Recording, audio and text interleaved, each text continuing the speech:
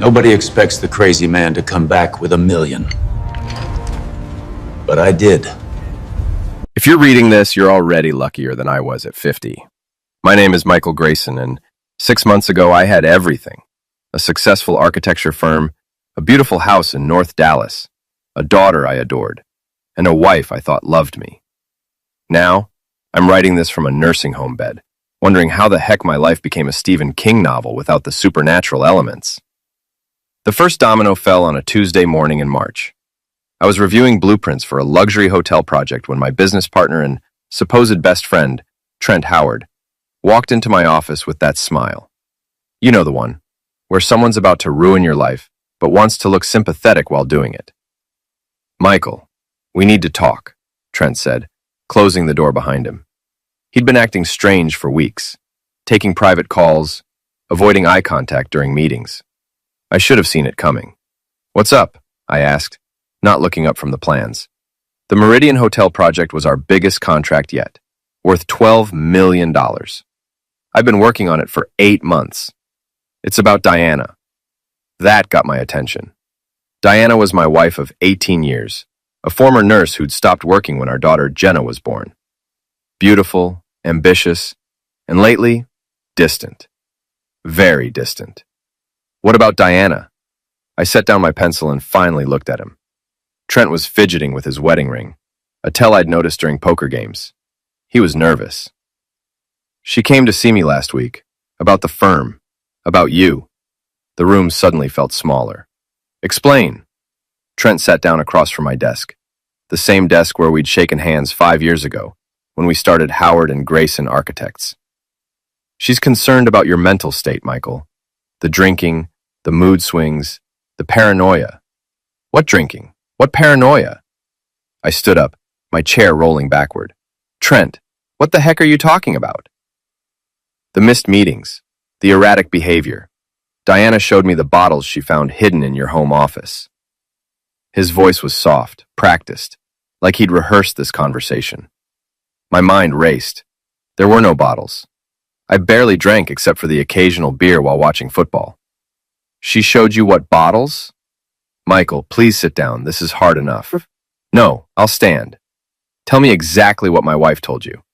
Trent pulled out a manila folder from his briefcase. "She documented everything.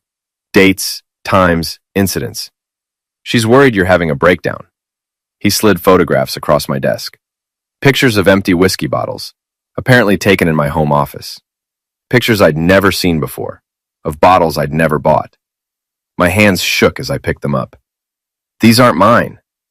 "Michael, these aren't mine." I slammed the photos down. "When were these supposedly taken?" "Last month. Diana was cleaning your office and found them hidden behind your filing cabinet." Walked to the window overlooking downtown Dallas. The city sprawled out below, all glass and steel and ambition. Buildings I'd helped design dotted the skyline. My life's work, reduced to a view from a window I might not be looking through much longer. "She wants me out of the firm," I said. It wasn't a question. "She wants you to get help. We all do." "We?" Trent's silence was answer enough. I turned around to face him, and that's when I saw it. The slight tan line on his ring finger, where his wedding band usually sat. The wedding band he'd been fidgeting with wasn't his usual gold band. It was silver, newer. "How long?" I asked. "How long what?" "How long have you been sleeping with my wife?" Whenever drained from his face. Bingo. "Michael, that's..." "Unleash the question, Trent. How long have you been sleeping with Diana?" He stood up, straightening his tie. The mask was slipping. "I think you should go home. Take some time off. Get the help you need." "Or what?" "Or we'll have to dissolve the partnership. Diana has power of attorney to act on your behalf if you're deemed mentally incompetent." Words hit me like a physical blow. Power of attorney. When had she gotten that? When had I supposedly signed those papers? "You son of a witch." "Security is waiting outside, Michael. Don't make this harder than it needs to be." How I lost everything in the span of 10 minutes. My business, my reputation, my marriage. All gone because I trusted the wrong people. The security guards were polite but firm as they escorted me out of my own building. Past employees who wouldn't meet my eyes. Past the receptionist who'd worked for me for 3 years and now looked at me like I was a stranger. Diana was waiting in the parking garage, sitting in her BMW with the engine running. She rolled down the window as I approached, my personal belongings in a cardboard box, like some corporate cliché. "I'm sorry it had to happen this way," she said, not looking sorry at all. She looked relieved. 18 years, I said. 18 years, Diana. "You need help, Michael. Real help. I've already made arrangements." "What kind of arrangements?" Slamming me a business card through the window. "Sunset Manor. It's a very nice facility. They specialize in recovery support and mental health." I looked at the card. A nursing home. She was putting me in a nursing home. I'm 50 years old and perfectly sane. "The court order says otherwise." She put the car in drive. "Jenna sends her love. She's staying with my sister until you get better." "Diana, wait!" But she was already driving away, leaving me standing in the parking garage holding a box of my former life and a business card for a place I'd never heard of. The next few hours were a blur of phone calls. To lawyers who suddenly didn't return my calls. Visits to banks where my accounts had been frozen. And the humiliating realization that I had nowhere to go. Diana had changed the locks on our house. My credit cards were canceled. My cell phone service was terminated. By evening, I was sitting in a cheap motel room on the outskirts of Dallas, eating vending machine sandwiches and trying to figure out how my life had imploded so completely. The court papers Diana had left with the motel clerk made it clear. I was legally incompetent, a danger to myself and others, and required immediate psychiatric care. The knock on my door came at 9 p.m. 2 men in white uniforms. Polite, but insistent. "Mr. Grayson, we're here to take you to Sunset Manor." And that's how I ended up in a nursing home at 50, watching my wife and business partner steal everything I'd worked for while I was supposedly too crazy to stop them. But here's the thing about being underestimated. It gives you time to think, time to plan, time to remember that I'd built a successful business by being smarter than my competition. Diana and Trent had made one crucial mistake. They assumed I'd stay down. They were wrong. Sunset Manor looked exactly like what it was. A place where people went to die with dignity and good insurance. The building was modern, all glass and steel, with manicured gardens and a fountain that probably cost more than most people's cars. Diana had chosen well. It was the kind of place that looked respectable from the outside. The intake process was humiliating. A nurse named Patricia, who spoke to me like I was a confused child, went through my belongings while explaining the facility's rules. No alcohol, no unauthorized visitors, no leaving the grounds without permission. I was officially a prisoner in a place that smelled like disinfectant and false hope. "Your wife was very thorough in explaining your condition," Patricia said, making notes on her clipboard. "Alcoholism, paranoid delusions, violent tendencies." "I don't have violent tendencies." "Of course not, dear. That's what they all say." My room was on the 3rd floor, overlooking the parking lot where Diana's BMW had disappeared an hour earlier. My roommate was an 80-year-old man named Frank, who spent most of his time watching game shows and muttering about his ungrateful children. "First time?" Frank asked as I unpacked my cardboard box. "First time what?" "Getting screwed by your family. You got that look, like someone just told you Santa Claus was a lie, and your dog died on the same day." Set the narrow bed, looking around the sterile room that was supposed to be my home until I recovered from problems I didn't have. "Something like that. What'd they get you for? Money? Property? Both?" "Both." Unborn Frank nodded knowingly.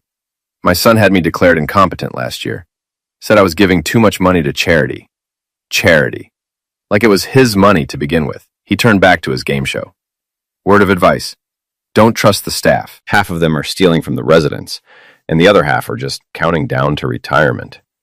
That first night, I lay awake staring at the ceiling and trying to figure out my next move. I had no money, no legal representation, and no way to contact my daughter. Diana had played this perfectly, using the system against me while making herself look like the concerned, long-suffering wife. But I wasn't beaten yet. 18 years of marriage had taught me a few things about Diana's weaknesses. She was vain, impulsive, and couldn't keep a secret to save her life. If she was having an affair with Trent, other people knew about it. And if other people knew, there was evidence. The next morning, during what the staff cheerfully called socialization time, I met the person who would change everything. Her name was Edith Carmichael, and she worked in the facilities records department. She was in her late 40s, with graying hair and sharp eyes that seemed to see through the facility's polished facade. She approached me during breakfast, sitting down at my table without invitation. "You're Michael Grayson," she said. It wasn't a question. "That's what my wristband says. I knew your mother." I stopped eating. My mother died when I was 5. Died 3 years ago, right here in this facility. Room 237. The spoon fell from my hand, clattering against the plastic tray. "That's impossible. My mother died in a car accident in 1978.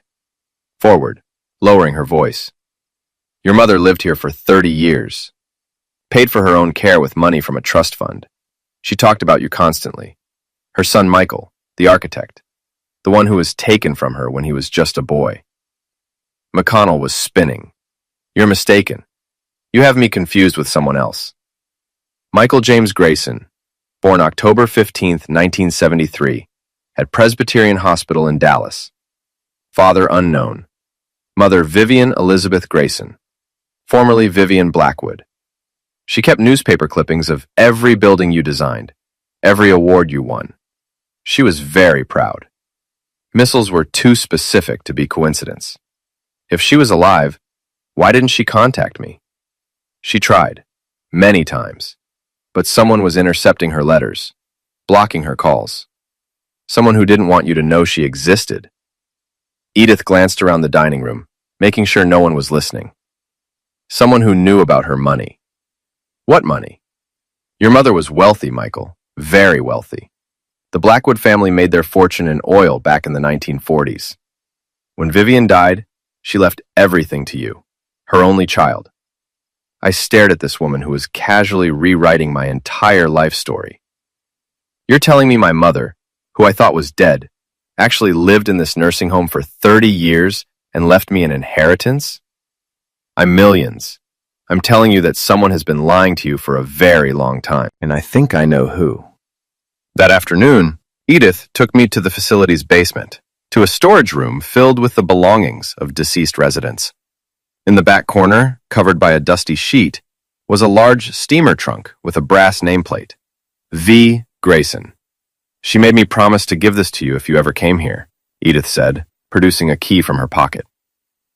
"She always believed you'd find your way back eventually." Their trunk opened with a creak that seemed to echo through the decades. Inside were photograph albums, legal documents, jewelry, and bundles of cash wrapped in rubber bands. Lots of cash. The photographs told the story of a life I'd never known existed. My mother as a young woman, beautiful and smiling. My mother holding a baby, me, in what looked like a hospital room. Pictures of a large house, expensive cars, trips to Europe. A life of wealth and privilege that had somehow been erased from my memory. The legal documents were even more revealing. Birth certificates, trust fund paperwork, and a will dated just 6 months before her death, leaving her entire estate to my beloved son, Michael James Grayson. The estate was valued at over $2 million, but it was the letters that broke my heart. Dozens of them, addressed to me at various addresses over the years, all returned as undeliverable. Letters asking about my life, my career, my family. Letters from a mother who had never stopped loving her son. "How is this possible?" I asked, my voice barely a whisper. "Your mother told me the story many times," Edith said. "When you were 5, your father's family took you away. They told you she was dead, changed your name, moved you to another state. They wanted to cut all ties to the Blackwood money, afraid it would complicate their own custody arrangements. My father's family? I had vague memories of living with an aunt and uncle after my mother's death. But they died when I was in college. The Graysons. They adopted you legally, gave you their name, and made sure you never knew the truth about your real mother or your inheritance. I picked up one of the bundles of cash, feeling its weight. Diana knew about this. Slamming. I suspect she did. Your mother mentioned receiving visits from a young woman claiming to be your wife. This was about 5 years ago. The woman asked a lot of questions about the family finances. Turbulence. Diana. 5 years ago, around the time she'd started suggesting we look into nice retirement communities for our future. Around the time she'd started being more interested in my family history. She's been planning this for years, I realized. It would seem so, sluggish. I spent the next hour going through the trunk's contents, piecing together the truth about my life. The cash alone was over $200,000. But according to the legal documents, there was much more. Property, investments, bank accounts that had been growing untouched for 3 years. What do I do with this? I asked Edith. That depends. Do you want to stay Michael Grayson, the broken-down architect in a nursing home? Or do you want to become Michael Blackwood, heir to a fortune and son of a woman who never stopped fighting for you? I looked at the photographs of my mother, this stranger who had loved me from a distance for 45 years. Diana and Trent thought they destroyed me, but they'd actually led me exactly where I needed to be. I want my life back, I said. Then we'd better get started. But first, we need to get you out of here without anyone noticing. Your wife has been asking the staff questions about your adjustment, and I don't think she's just being concerned. Punished. That night, I lay in bed listening to Frank snoring and planning my next move. Diana had made a crucial error. She'd put me in the one place where I could learn the truth about my past and gain access to resources she didn't know existed. Tomorrow, I would start becoming the man I was always meant to be. And Diana and Trent were going to learn that stealing from a Blackwood was a very dangerous mistake. The game was about to change, and this time, I held all the cards. Getting out of Sunset Manor without triggering alarms required careful planning. Edith had access to the security codes and shift schedules, but we needed a reason for me to leave the building without suspicion. The solution came from an unexpected source. My roommate, Frank. You need a medical emergency, Frank explained during one of our late-night strategy sessions. Nothing too serious, just something that requires outside consultation. I've been faking chest pains for months to get trips to the cardiologist downtown. You want me to fake a heart attack? Panic attack works better, harder to disprove, and they take it seriously because of liability issues. Frank grinned, showing teeth that had seen better decades. I may be old, but I'm not stupid. The plan worked perfectly. After 3 days of complaining about anxiety and insomnia, the facility's doctor recommended I see a specialist downtown. Edith volunteered to drive me, citing her experience with difficult patients. Once we were away from Sunset Manor, I felt like I could breathe again. Dallas looked different from the passenger seat of Edith's Honda. Bigger, more full of possibilities. I wasn't a prisoner anymore. I was a man with options. Our first stop was a bank downtown, where the safety deposit box key from my mother's trunk unlocked a treasure trove of additional documents and jewelry. The bank manager, a nervous man named Peterson, confirmed that the Blackwood Trust Fund had been growing steadily for 3 years, waiting for me to claim it. The total amount, including accrued interest, is approximately $2.3 million, Peterson said, sliding papers across his desk. Your mother left very specific instructions about disbursement. Line back. I signed the necessary paperwork with hands that only shook slightly. 24 hours ago, I'd been eating institutional food and wondering if I'd ever see my daughter again. Now, I was a millionaire. I'll need access to some of these funds immediately, I told Peterson. Of course, Mr. Blackwood. How much did you have in mind? $50,000 to start. Peterson didn't even blink. Cash or certified check? Both.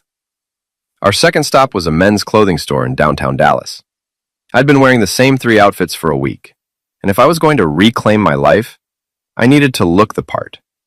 2 hours later, I walked out wearing a tailored suit that cost more than most people's monthly salary. You clean up nice, Edith observed as we drove to our next destination. I feel human again. That's the idea. Now comes the hard part. The hard part was establishing my new identity while maintaining my old one. Legally, I was still Michael Grayson, the incompetent mental patient. But financially, I was now Michael Blackwood, heir to a substantial fortune. The trick was using one identity to destroy the people who'd created the other. I rented a luxury apartment downtown under the Blackwood name, paying 6 months in advance. I hired a private investigator to dig into Diana and Trent's activities. I opened new bank accounts, bought a car, and began the process of rebuilding my life from the ground up. But I also returned to Sunset Manor that evening, playing the role of the confused patient who'd had a nice day trip to the doctor. The staff noticed I seemed calmer, more centered, but attributed it to the medication adjustment the specialist had recommended. "How was your appointment?" Patricia asked during evening rounds. "Helpful," I said, which was the truth. I think I'm starting to see things more clearly. The next 2 weeks, I lived a double life. During the day, I was Michael Blackwood, meeting with lawyers, financial advisors, and private investigators. At night, I was Michael Grayson, the broken man who was slowly recovering from his mental breakdown. The private investigator, a former police detective named Sarah Martinez, was worth every penny I paid her. Within a week, she documented Diana and Trent's affair with photographs, hotel receipts, and recorded phone conversations. More importantly, she'd uncovered the paper trail showing how they'd systematically stolen my assets. "They've been planning this for over 2 years," Sarah explained during one of our clandestine meetings. The power of attorney documents were forged, using a signature from an old insurance form. The mental competency hearing was a sham. The doctor who signed off on it has never actually examined you. Is that enough to get the court order reversed? More than enough. But if you want my advice, don't show your hand too early. Let them get comfortable with their victory. Overconfident people make mistakes.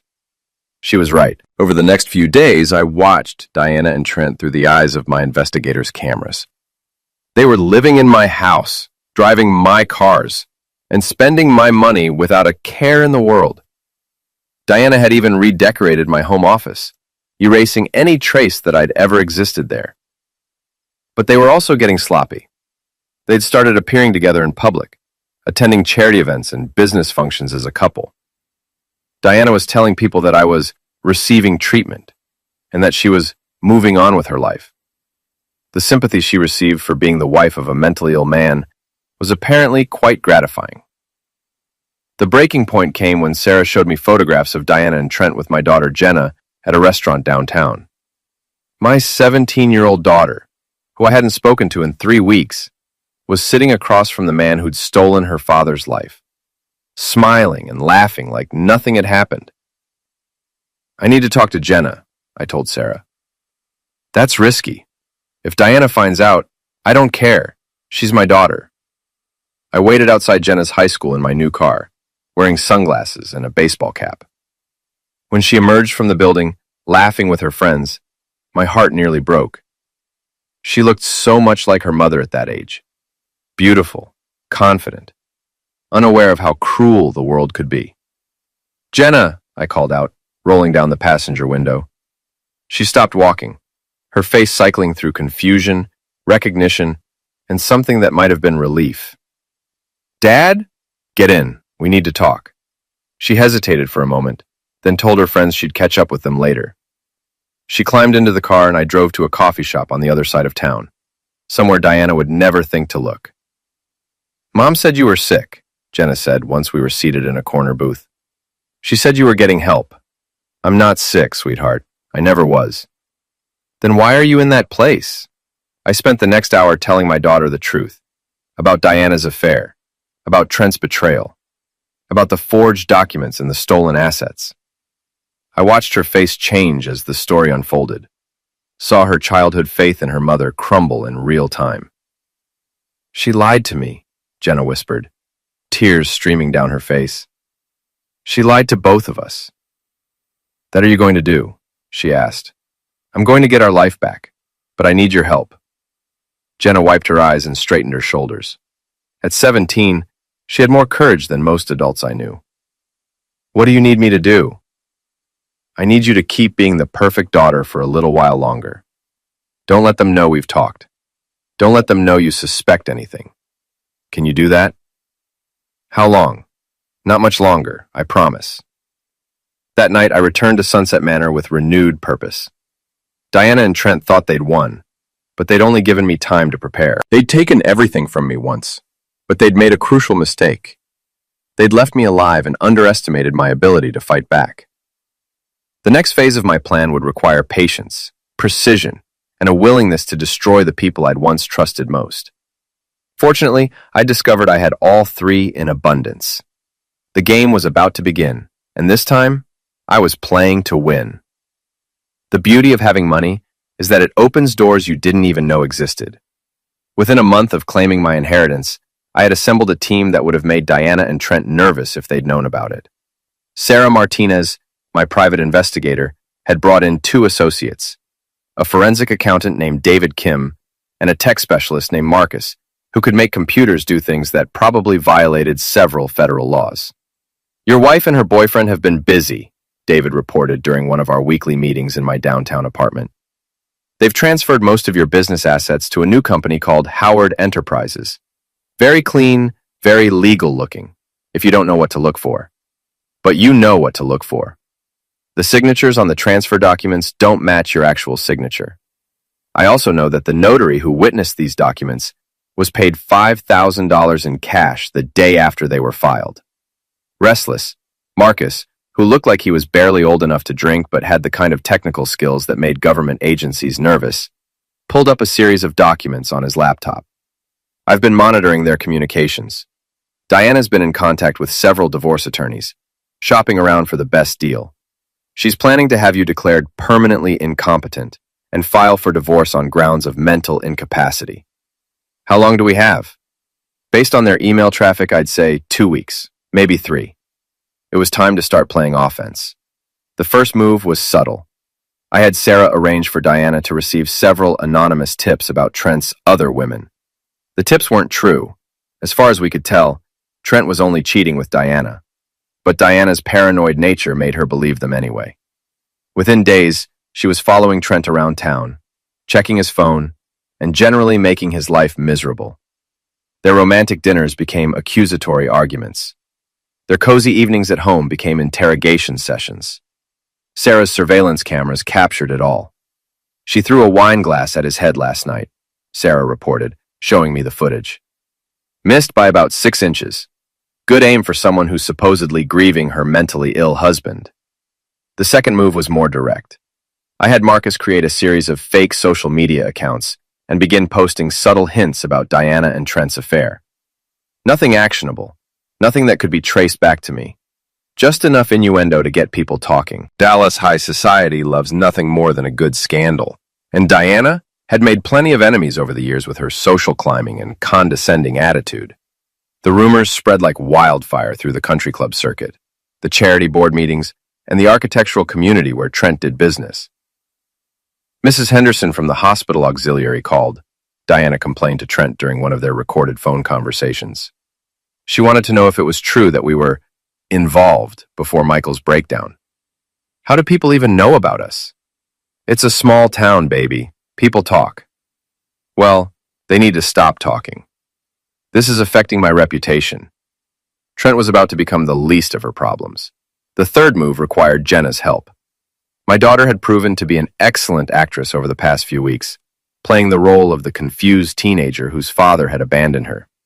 But she was also documenting everything, recording conversations, photographing documents Diana left lying around, and generally being my eyes and ears inside the house that used to be mine. Mom's been meeting with lawyers, Jenna reported during one of our secret coffee shop meetings. She thinks she's going to get everything, the house, the business, even your retirement accounts. What does she say about me?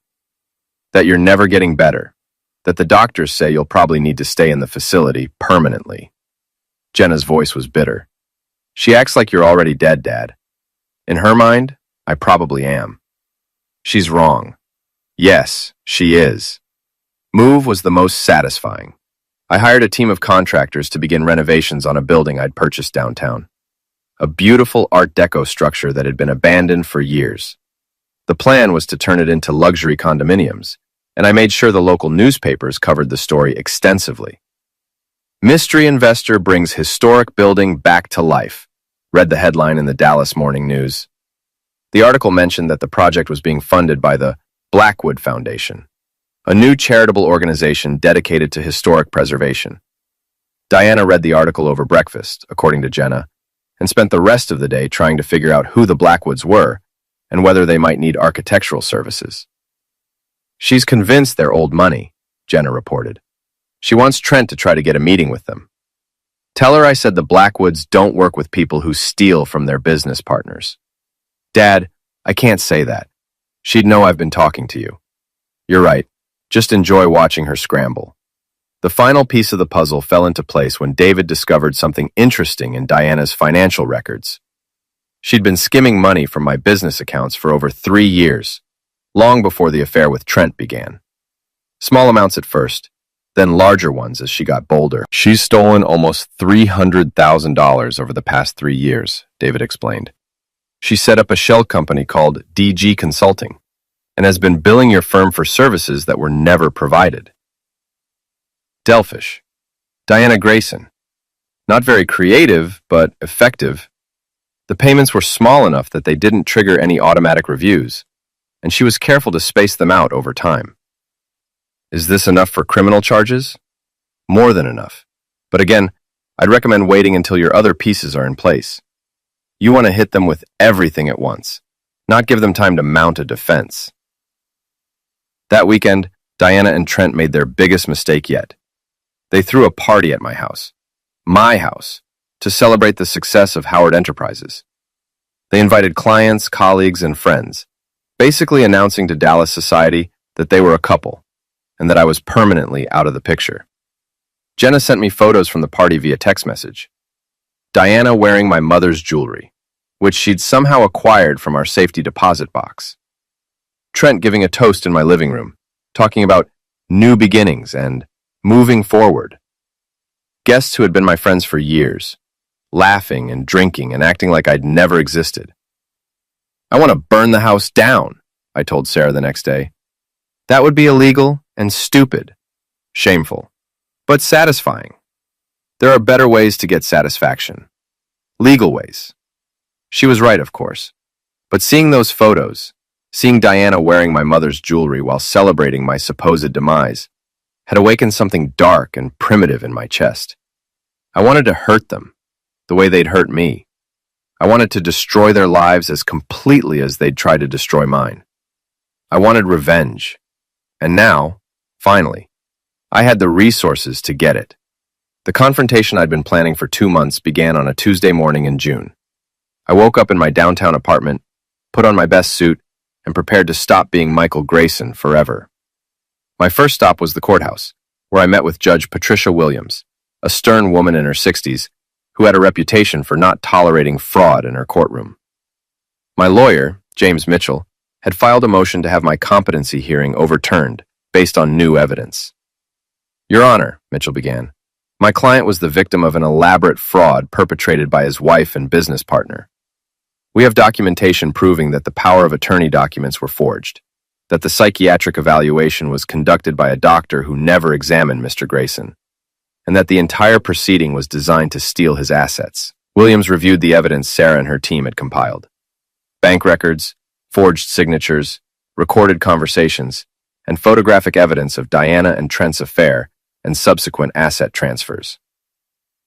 This is quite disturbing, the judge said after 20 minutes of review. Mr. Grayson, how do you feel about these allegations? I feel like I've been living in a nightmare, Your Honor, but I'm awake now. I'm issuing an immediate stay on all asset transfers and ordering a full investigation into the circumstances of your original competency hearing. You are hereby restored to full legal capacity, and all powers of attorney previously granted are revoked. Walking out of that courthouse, I felt like I could breathe again for the first time in months, but the real satisfaction was still to come. Diana and Trent were in a client meeting when the sheriff's deputies arrived at Howard Enterprises with the court orders. According to Sarah, who had positioned herself across the street with a camera, Diana's reaction was spectacular. She came running out of the building like it was on fire, Sarah reported, screaming at the deputies, demanding to know what was happening. When they told her about the court order, she actually tried to grab the papers out of their hands. Trent's reaction was more subdued but equally satisfying. He emerged from the building 10 minutes later, his face pale, his confident swagger replaced by the shuffling gait of a man who suddenly realized his world was collapsing. My phone rang an hour later. Diana's number. Michael, we need to talk. Hello, Diana. How was your morning? Don't play games with me. What did you do? I told the truth. Something you should try sometime. Meet me at the house. 1 hour.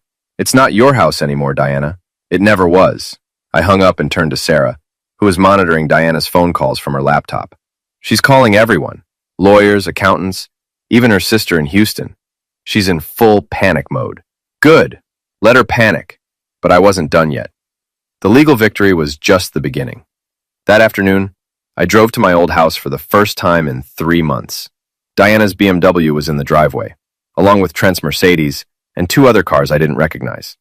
Probably lawyers or financial advisors trying to figure out how to minimize the damage. I used my key to walk through the front door of my own home. The changes Diana had made were jarring. New furniture, new artwork, new everything, as if she'd been trying to erase any trace of my existence. But she'd made one crucial error. She'd left my mother's jewelry sitting on the dining room table, apparently in preparation for returning it to wherever she'd hidden it. Michael, Diana appeared in the doorway to the kitchen, looking older than I remembered. The stress of the morning had taken its toll. Diana, nice party last weekend. Sorry I couldn't attend. How did you? She stopped, realizing the implications. You've been watching us. I've been learning about you. There's a difference. The living room, flanked by 2 men in expensive suits who were obviously lawyers. Michael, we need to discuss this situation rationally. Rationally? I picked up one of my mother's necklaces from the table. You steal my business, forge legal documents, have me committed to a mental institution, and now you want to discuss things rationally? Relinquish. We can work something out, one of the lawyers said. A settlement that's fair to everyone. I don't want a settlement. I want justice. What does that mean? Diana asked, though her voice suggested she already knew. It means you're both going to prison. The room went silent. Diana sank into one of her new chairs, the color draining from her face. Trent loosened his tie, sweat beading on his forehead despite the air conditioning. The district attorney is very interested in your case, I continued. Fraud, forgery, embezzlement, conspiracy. You've managed to violate quite a few laws, and that's before we get into the civil suits. Michael, please, Diana whispered. Think about Jenna. I have been thinking about Jenna. I've been thinking about how you lied to her, manipulated her, made her believe her father had abandoned her. I've been thinking about how you used our daughter as a prop in your little drama. She doesn't have to know. She already knows. I told her everything. Diana's composure finally cracked. She started crying, deep, ugly sobs that shook her entire body. I'm sorry. I'm so sorry. I never meant for it to go this far. You meant for it to go exactly this far. You just didn't expect me to fight back. Trent stepped forward, his face flushed with anger. You self-righteous bastard. You think you're so much better than us? You were a mediocre architect with a failing business. I made you successful. You made yourself successful, using my designs and my reputation. There's a difference. I smiled and pulled out my phone. Marcus had been busy over the past few weeks, and one of his projects had involved hacking into Trent's computer and recovering deleted files. The Meridian Hotel project, I said, showing Trent the screen. The one you claimed credit for after I was committed. The one that won you the AIA award last month. Face went white. Marcus recovered all the deleted files from your computer. The original designs, the revision notes, the client communications. All of it clearly showing that I was the primary architect on the project. You literally stole the work I was doing the day you had me committed. That's impossible. Impossible when you have the right resources. I put my phone away and looked around the room, at the faces of people who had tried to destroy me. They looked small now, diminished, like children who had been caught breaking something valuable. Here's what's going to happen, I said. Diana, you're going to return every penny you stole from me, plus interest. You're going to sign a full confession detailing your role in this fraud. And you're going to move out of my house by the end of the week. And if I don't, then you'll be having this conversation with a federal prosecutor instead of me. I turned to Trent. As for you, you're going to transfer all the business assets back to me, publicly acknowledge that you stole my work, and resign from every professional organization we both belong to. You're also going to pay damages for the destruction of my reputation. You can't. I can and I will. The only question is whether you do this voluntarily or whether I destroy you in court first. The lawyers were whispering frantically to each other, probably calculating billable hours and damage estimates. Diana was still crying, but quietly now. The kind of defeated weeping that comes when someone realizes they've lost everything. I loved you, she said without looking up. No, you didn't. You loved what I could provide for you. When you thought I couldn't provide it anymore, you moved on to someone who could. That's not true. Diana, you had me committed to a mental institution, so you could steal my money and sleep with my business partner. If that's love, I'd hate to see what you do to people you dislike. I walked to the front door, then turned back one last time. You have 48 hours to make your decisions. After that, the offers are off the table and we do this the hard way. Michael, wait! But I was already walking away, leaving them to contemplate the wreckage of their carefully planned scheme. The sun was setting over Dallas, painting the sky in shades of red and gold. And for the first time in months, I felt like I was exactly where I belonged. The game was almost over, and I had won. The next morning brought news that even I hadn't expected. Sarah called me at 7 a.m., her voice tight with excitement. You need to see this, she said. Meet me at the office in an hour. When I arrived at her downtown investigative firm, Sarah had documents spread across her conference table like pieces of a jigsaw puzzle. Remember how we thought Diana and Trent were just opportunistic thieves? They're not. They're much worse than that. She handed me a thick folder. David found something interesting when he was tracing the money trail. The theft didn't start 3 years ago. It started 7 years ago, right after you and Trent formed the partnership. I opened the folder and found bank records, transfer documents, and email communications dating back to 2016. What am I looking at? A long-term plan to steal everything you owned.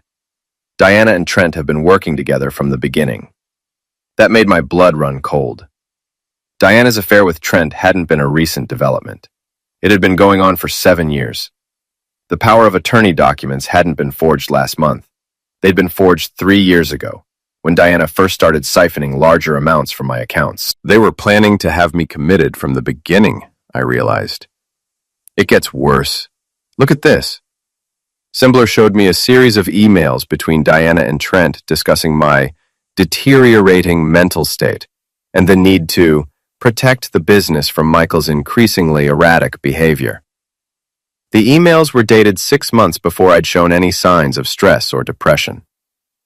They were manufacturing evidence of my mental illness. The bottles in your office, the missed meetings, the mood swings, they orchestrated all of it. Diana was spiking your coffee with mild sedatives to make you seem confused and disoriented. I sat down heavily in one of Sarah's chairs. The scope of their betrayal was breathtaking. How long have you known about this? I suspected something when the timeline didn't add up, but I only got confirmation last night. Marcus hacked into Diana's personal email account and found her correspondence with a private investigator she hired to research your family background. My family background? Sift Sarah handed me another folder. She knew about your mother, Michael. She knew about the Blackwood money 3 years before your mother died. The emails between Diana and the private investigator revealed the full extent of her planning. She discovered that my birth name was Blackwood, that I had a wealthy mother in a Dallas nursing home, and that I stood to inherit a substantial fortune when she died. She was waiting for my mother to die so she could steal my inheritance. But your mother lived longer than expected, so Diana decided to accelerate the timeline. She couldn't risk you discovering the truth about your family and claiming your inheritance before she could get control of it. I felt sick. She had me committed to keep me away from my dying mother. and when that didn't work fast enough, she started the process to have you declared permanently incompetent. If her plan had succeeded, she would have had control of both your business assets and your inheritance. The cruelty of it was staggering. Diana hadn't just stolen my money. She'd stolen my last chance to know my real mother. She'd kept me locked away while the woman who gave birth to me died alone, waiting for a son who never came. "There's more," Sarah said quietly. "The nursing home records show that your mother asked for you repeatedly during her final weeks. She died believing you had abandoned her." I put my head in my hands and tried to process the magnitude of what Diana and Trent had done. This wasn't just theft or fraud. This was the systematic destruction of my entire life, planned and executed over the course of 7 years. "What do we do with this information?" I asked. "We destroy them completely." Sarah outlined was elegant in its simplicity. Instead of just pursuing criminal charges, we would expose Diana and Trent's conspiracy publicly, in a way that would humiliate them and ensure they never recovered their reputations. The Dallas Business Journal is doing a feature story on successful architectural partnerships, Sarah explained. They want to interview you and Trent about Howard and Grayson's recent success. They don't know about our legal problems yet? Not yet. The court filings haven't been made public, and Diana and Trent's lawyers are keeping quiet while they try to negotiate a settlement. So we give them an interview they'll never forget. Exactly. The interview was scheduled for that afternoon at a downtown restaurant. The journalist, a young woman named Rebecca Chen, had no idea she was about to witness the most spectacular business partnership dissolution in Dallas history. I arrived first and took a seat at a corner table where Sarah's cameras could capture everything. Trent arrived 10 minutes later, looking haggard and nervous. He'd obviously spent the previous night trying to figure out how to minimize the damage from my ultimatum. "Michael, I'm glad you agreed to this interview," he said, sitting down across from me. "Maybe we can work something out." Oh, we're definitely going to work something out. Rebecca Chen arrived with a photographer and a digital recorder. She was professional, enthusiastic, and completely unprepared for what was about to happen. "Thank you both for agreeing to this interview," she began. "I'd like to start by asking about the origins of your partnership. How did Howard and Grayson get started?" "That interesting question," I said, looking directly at Trent. "Why don't you tell her about the origins of our partnership, Trent?" Trent's smile was strained. "Well, Michael and I met through mutual friends, and we discovered we had complementary skills." "That's not quite accurate," I interrupted. "We met when Trent seduced my wife and convinced her to help him steal my business." Rebecca's pen stopped moving. The photographer looked up from his camera. Trent's face went pale. "I'm sorry, what?" Rebecca asked. "You're doing a story about successful partnerships, right? Well, this is a story about the most successful theft in Dallas business history." For the next 20 minutes, I laid out the entire conspiracy in detail. The 7-year affair, the forged documents, the systematic theft of assets, the plan to have me permanently committed. I showed Rebecca copies of the emails, the bank records, and the court documents that had restored my legal capacity. Trent tried to interrupt several times, but I had documentation for every accusation. Rebecca's initial confusion gave way to fascination, then horror, as she realized she was witnessing a real-time confession to multiple felonies. "This is all alleged," Trent finally managed to say. "Michael has been under psychiatric care." "Actually, I haven't," I said. "The psychiatric evaluation was fraudulent, conducted by a doctor who never examined me. The competency hearing was based on forged documents. Everything you told this reporter is a lie." I handed Rebecca a copy of the court order restoring my competency. "Judge Williams has already ruled that the entire proceeding was fraudulent. The district attorney is preparing criminal charges." Rebecca looked at Trent, who was sweating profusely despite the restaurant's air conditioning. "Do you have any comment on these allegations?" "No comment," Trent said, starting to stand up. "Actually, I have one more thing," I said, pulling out my phone. "Rebecca, you might be interested in this recording of a conversation between Trent and my wife, discussing their plan to have me permanently institutionalized." Played 30 seconds of audio that Marcus had pulled from Diana's phone. Diana's voice, clear and unmistakable.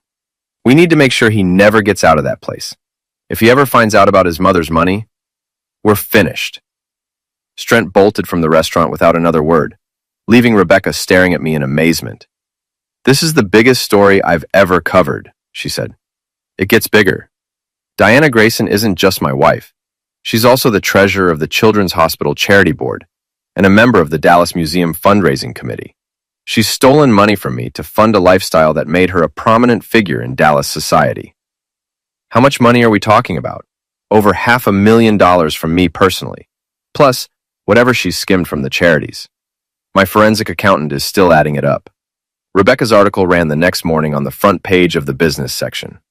Local architect exposes 7-year conspiracy to steal business and fortune.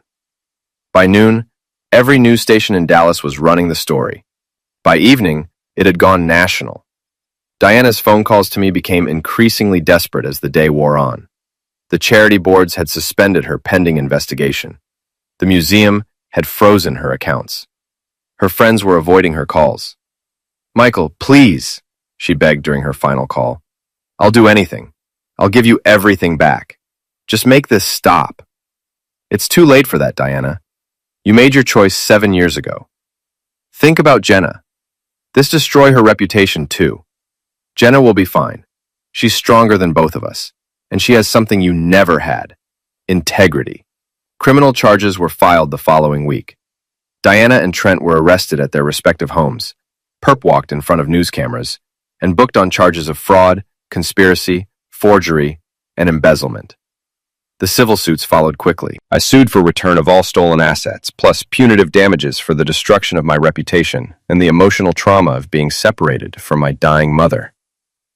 The insurance companies that had bonded Diana's charity work filed their own suits. The Architectural Licensing Board opened an ethics investigation into Trent's theft of my designs.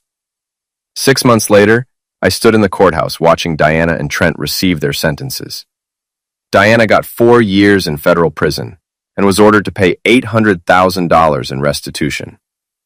Trent got 6 years and was ordered to pay $1.2 million. "Do you have anything to say to the defendants?" the judge asked me during the victim impact portion of the hearing. I looked at Diana and Trent, these two people who had tried to erase me from existence, and felt nothing but pity. "I hope you use your time in prison to think about the difference between love and greed," I said. "And I hope you remember that the man you tried to destroy is the same man who chose not to destroy you completely when he had the chance." Outside the courthouse, reporters asked me how it felt to see justice served. "It feels like waking up from a nightmare," I said. "But the best part isn't that they got punished. It's that I got my life back." Jenna was waiting for me by my car, 18 years old now, and about to start college with a full scholarship I'd endowed at the University of Texas architecture program. "Are you okay, Dad?" she asked. "I'm better than okay. I'm free." We drove home together to the house that was truly mine again, past the building downtown where my new architecture firm was thriving, through the city where I'd rebuilt my reputation and my life. Diana and Trent had tried to write me out of my own story, but they'd forgotten something important. The best stories are about people who refuse to stay down when life knocks them over. And this story had the best possible ending. The good guy won, the bad guys lost, and justice was served with a side of poetic irony.